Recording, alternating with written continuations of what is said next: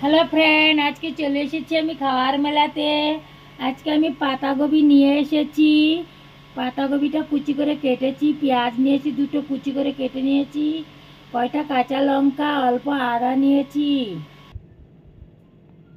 এইখানে নিয়েছি আমি অল্প মেথি শুকনো, আর এইখানে নিয়েছি আমি বেসন, আর এখানে মিক্সিতে আমি আদব চালটা ভিজিয়ে রেখেছিলাম 2-3 মুঠি, সেটাকে আমি ভালো করে পিষিয়ে নিয়েছি। পাতাকপিটা ঢেলে দিয়েছি। এখন যে অনিয়নটাকে কেটেছিলাম সেটা অ্যাড করে দিয়েছি। এই যে কাঁচা লঙ্কাগুলা কুচি করেছিলাম, জিঞ্জারটাকে আমি ছেঁচে নিয়েছিলাম, সব কয়টাকে ঢেলে দিয়েছি। আর এখন আমি বেসন নিয়েছি, অল্প অ্যাড করেছি। তারপরে এই যে মেথিটা নিয়েছিলাম, শুকনো মেথি পাতা ধুয়ে নিয়েছি, সেটা অ্যাড করলাম।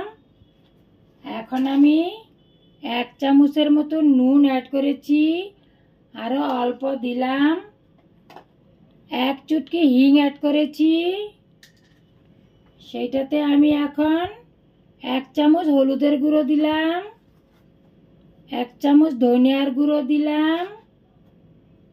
কাঁচা লঙ্কা দিয়েছিলাম, তবে অল্প আমি লাল লঙ্কার গুঁড়ো অ্যাড করেছি। এখন আমি আতপ চালটা যে পিষিয়েছিলাম সেটাতে যতগুলো জল আছে সেতখানি দিয়ে অনুমান দিয়ে আমি এটাকে মেখে নিব। এখন আমি অল্প অল্প দিব, অল্প অল্প দিয়ে ভালো করে মেখে নিব। এই পাতাকপি দিয়ে পেঁয়াজ দিয়ে খুব ভালো বড়া বানানো যায়। যদি তাওয়ার মধ্যে বানাই আমরা অল্প তেল দিয়ে, সেইটাকে বড়া বলে।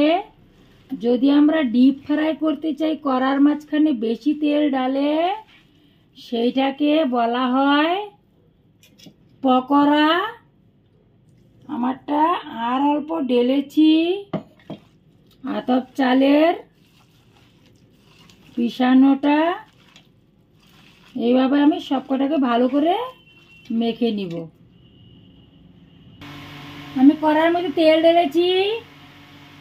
এই যে আমি তেলের মাঝে এখন ছোট ছোট করে ডালছি পকোড়াগুলা। পাতাকপি দিয়ে পেঁয়াজের পকোড়ি তৈরি করছি আমি। অনেক টেস্টি হয় এই পকোড়াগুলা, চায়ের সাথে খেতে, ভাতের সাথে খাওয়া যায়। এইভাবে আমি সবগুলা পকোড়া বানিয়ে নিব।